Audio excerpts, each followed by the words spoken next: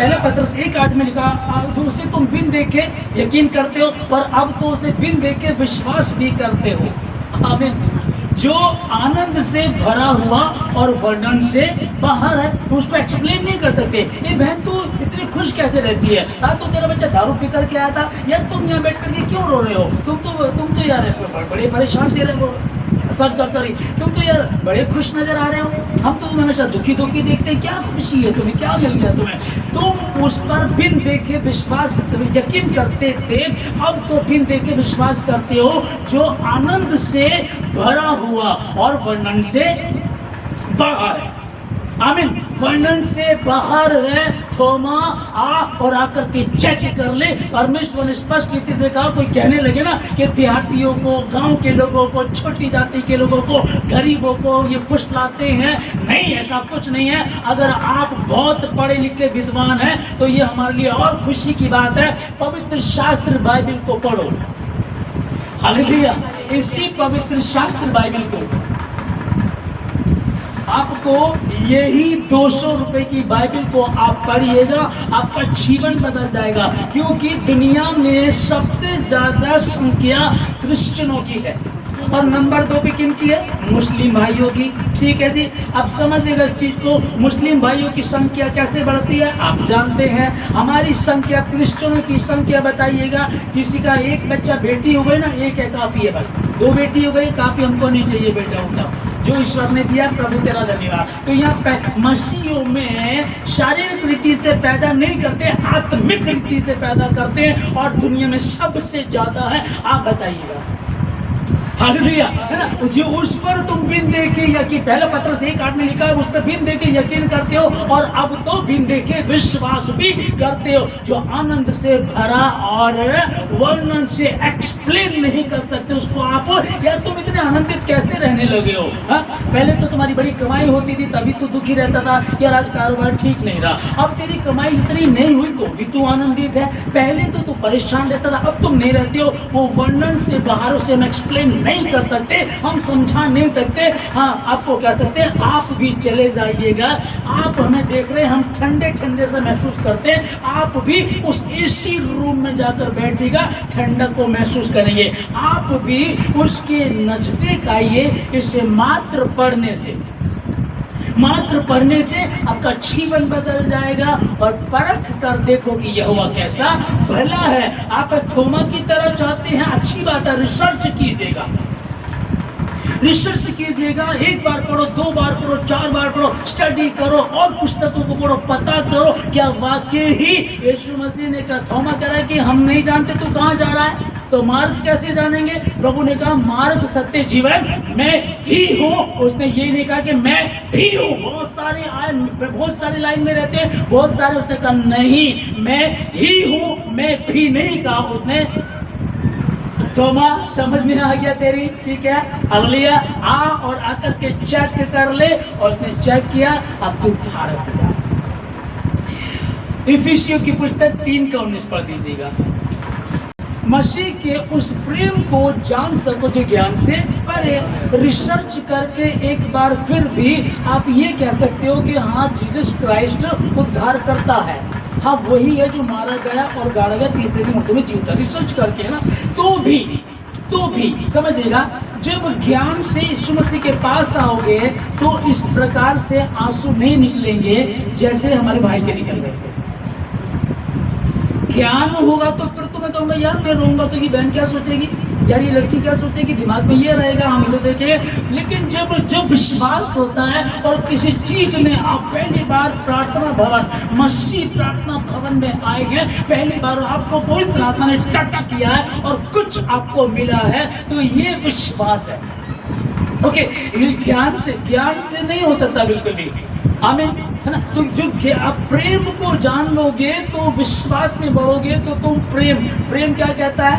ऐसी लागी लगन मेरा हो गई मगन। ठीक है ना। महल छोड़ करके वो पीपल के पेड़ के नीचे बैठे हैं, है? और वो लैला मजनू के विषय में कि लैला मजनू वो सब कुछ छोड़ करके वो जंगलों में घूम रहा है। रेत पर फटे हाल राजकुमार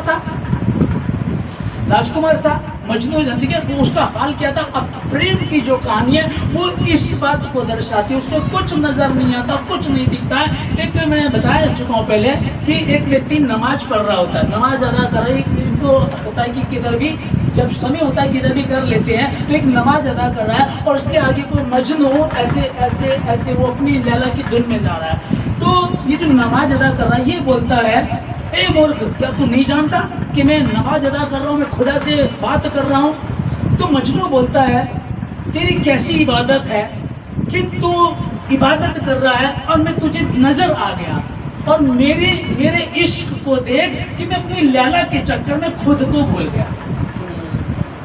थॉट समझिएगा, उस मूवी में है ये, है ना, उस मूवी में है कि तू इबादत कर रहा है, तुझे मैं नजर आ गया, यार मैंने प्रार्थना कर रहा हूँ वो डिस्टर्ब कर रहा है, यार मैंने प्रार्थना कर रहा हूँ वो गाना बजा रहे हैं। अरे जब तेरा रिश्ता खुदा से ईश्वर से हो गया, अब कुछ और सुनाई नहीं देना चाहिए। अब आशिकों से पूछो, मासूक आशिक, कोई आशिक मासूक को बोले कि मैं वहाँ इतने बजे मिलूंगी, सुबह 9 बजे मिलूंगी, और धूप में बंदा खड़ा रहेगा, धूप में खड़ी रहेगी छत पे, उसको धूप पता नहीं चलेगी, गर्मी पता नहीं चलेगी, उसको तो एक सुकून मिलेगा, वो आने वाला है और शाम हो गई। समझिए, मतलब एक इश्क की वही प्रेम तो हुआ ना, तो सच्चा प्रेम जब तुम उसके प्रेम में पड़ जाओगे तब तुमको नजर नहीं आएगा। थोमा तू कह रहा है कि मार्ग कैसे जानेंगे, मार्ग सत्य जीवन में ही हूँ, तो कह रहा है कि चलो उसके साथ हम भी मरने को चलते हैं। और यीशु मसीह ने वहां ये कहा, मैं इस बात में आनंदित हूँ तुम्हें लेकर के, क्योंकि तुम मेरे साथ चलोगे, तुमने अभी तक इतना बड़ा चमत्कार नहीं देखा।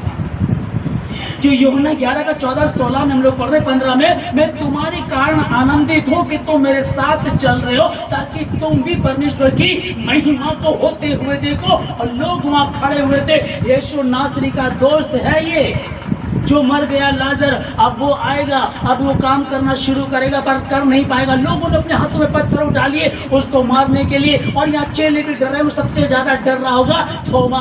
जब वो कफन समीद लाजर बाहर आया तब इसका विश्वास बढ़ा होगा। तो भी ये बाद में कह रहा है, फिर भी क्या कह रहा, जब यीशु मसीह होगा मैं चेक करूंगा, अगर वो छेद होंगे तो मैं यकीन करूंगा, नहीं तो मैं विश्वास नहीं करूंगा। हालेलुया। मार्ग सत्य जीवन मैं ही हूँ, बिना मेरे द्वारा कोई पिता के पास पहुंच नहीं सकता। तुम सत्य को जानोगे, सत्य तुमको स्वतंत्र करेगा। यीशु मसीह ने सबसे पहले जी उठा, सबसे पहले स्त्रियों से मिला। स्त्रियों पर एक श्राप था, जो हव्वा का श्राप था, स्त्रियों पर वो श्राप था। वो श्राप उस दिन खत्म हो गया यीशु मसीह के नाम में। फिर पतरस ने यीशु मसीह का इनकार किया और फिर वो भूल गया अब क्या होगा, यीशु मसीह तो मर गया है, अब क्या कहाँ चमत्कार कर पाएंगे हम। यीशु मसीह उससे मिला, मिल करके उसको वो काम सौंपा, अब तू मछलियां नहीं परंतु जीवित मनुष्य को पकड़ने वाला हो। और आज थोमा से मिला जो अविश्वासी था, जिसके विषय में हम कई बार लोगों को बोलते हैं ये तो अविश्वासी है, ये तो थोमा की तरह काम करता, थोमा की तरह बातें करता। और उसको लिया और उसको भारत में भेजा, और भारत में सबसे पहला शुभ समाचार सुनाने वाला भारत देश के केरला में आया, शुभ समाचार प्रचार करना शुरू किया।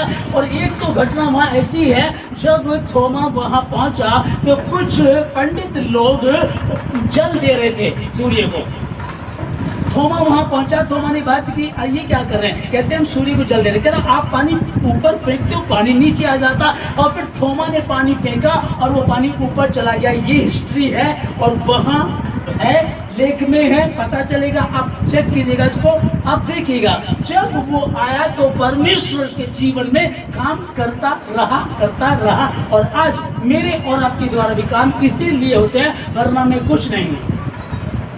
अगर आप कहें कि पास्टर अशोक ने वचन बताया हम रो पड़े, पास्टर अशोक ने ऐसे किया हम ठीक हो गए। अब वो मुंबई से आई हुई आंटी बैठी है, रवि की बुआ आई हुई है, अब वो बेटी के लिए दर्द हो रहा था, तो अभी प्रार्थना नहीं हुई, आराधना हुई थी, वचन हुआ, और वो बोल रहे कि अब दर्द ठीक है। तो करने वाला कौन है, मैं तो मात्र उसका संदेश, उसकी चिट्ठी लेकर के बता रहा हूँ। जो विश्वास करेगा वो नाश नहीं होगा। और यहाँ से सामर्थ्य निकलती है, और प्रभु यीशु मसीह चेलों के साथ काम करता रहा और उन चीनों को जो बाइबल में है सिद्ध करता रहा। आमीन। आखिरी वचन लिखा पुस्तक 4 अध्याय फिलिपियों 4 का 7 में लिखा है, तब परमेश्वर की शांति जो सारी समझ से परे है, तुम्हारे हृदय और तुम्हारे विचारों को मसीह यीशु में सुरक्षित रखेगी। हालेलुया, आमीन। थोमा, इस बात को सुने, थोमा जैसे लोग बैठे होते हैं और अच्छा है, फिर विश्वास करो, रिसर्च करो दोनों ही बातों में। जो आखिरी वचन में लिखा है कि तब परमेश्वर की शांति जो सारी समझ से परे है तुम्हारे हृदय और तुम्हारे विचारों को मसीह यीशु में सुरक्षित रखेंगे। मैं प्रार्थना करता हूं आप लोगों के लिए, खुदावंद यीशु मसीह के नाम में मैं आपको आशीष देता हूं। अगर कोई थोमा की तरह है, अच्छी बात है, रिसर्च कीजिएगा। तो भी ध्यान रखना, प्रभु यीशु मसीह ने कहा तूने मुझे देखा है क्या, इसलिए विश्वास करता। धन्य है वो जिन्होंने बिन देखे विश्वास किया। आप बिन देखे विश्वास करने वाले, मैं ये नहीं कह रहा हूँ कि आप बाइबल को ना पढ़ें, आप खोजबीन ना करें। बाइबल में लिखा है, परमेश्वर कह रहा है कि परख कर देखो कि यहोवा कैसा भला है। पौलुस कहता है कि वो लोग नए थे, अन्य जाति थे, प्रतिदिन खोजबीन करते थे कि ये बातें यूं ही है कि नहीं है। खोजबीन कीजिएगा, पर प्रेम वो नहीं है, वो अट्रैक्शन होता है। उसका फिगर मुझे अच्छा लगता है, उसके बाल मुझे अच्छे लगते हैं, उसकी बॉडी, वो जो लड़का, उसकी बॉडी मुझे अच्छी लगती है। ये अट्रैक्शन है, प्रेम नहीं है। प्रेम तो किसी से भी हो सकता है, इसलिए प्रेम को दर्शाए। आपका प्रेम हो, यीशु मसीह के नाम में मैं आशीष देता हूँ। अगर कोई अंधविश्वासी ऑनलाइन जो सुन रहे, कोई अंधविश्वासी है, ये भवन में आसपास जो भवन के बारे में सुनते, यदि कोई ऐसा है, अगर अविश्वासी है तो विश्वासी बने, रिसर्च करना तो कीजिएगा। तो भी मैं यही कहूँगा, प्रभु ने कहा बिन देखे जो विश्वास करते हैं वो धन्य है, वो धन्य आप हो यीशु मसीह के नाम में। आज के बाद कोई ऐसी रुकावट ना हो, कोई बंधन ना हो, यीशु मसीह के नाम से हर बंधन टूटे। मैं आशीष देता हूं आप लोगों को। जो लोग, 2 लोग नए आए हैं मुंबई से जो आंटी आई हुए हैं, मैं प्रार्थना करता हूं उस आंटी के लिए, खुदावंद इनकी जो घटी कमी आप जानते उसको पूरा करें। भाई के लिए प्रार्थना करता हूँ, उमेश भाई के लिए, खुदावंद भाई को आशीष दे परमेश्वर। भाई के जीवन में जो घटी कमी आप जानते उसको पूरा करें। वो सेकंड टाइम आए हैं और वो कुछ बोलने से पहले जब रो रहे थे, इसका मतलब प्रभु जी आपने उनको छुआ है। और आज जिस बात को, जिस सोच को, जो टोकरा बोझ का लेकर के आए हैं, वो यहाँ छोड़ करके जाए और सुकून शांति को लेकर जाए। परमेश्वर मैं आशीष देता हूँ जितने ही मौजूद हैं परमेश्वर, इन सबों को आशीष देता हूँ। आज के वचन के पढ़े, सुने, समझे, कबूल के जाने पर आपकी आशीष हो, आपकी महिमा हो। धन्यवाद देते सारी बातों के लिए, धन्यवाद के साथ प्रार्थना यीशु मसीह के नाम से मांगते हैं, आमीन।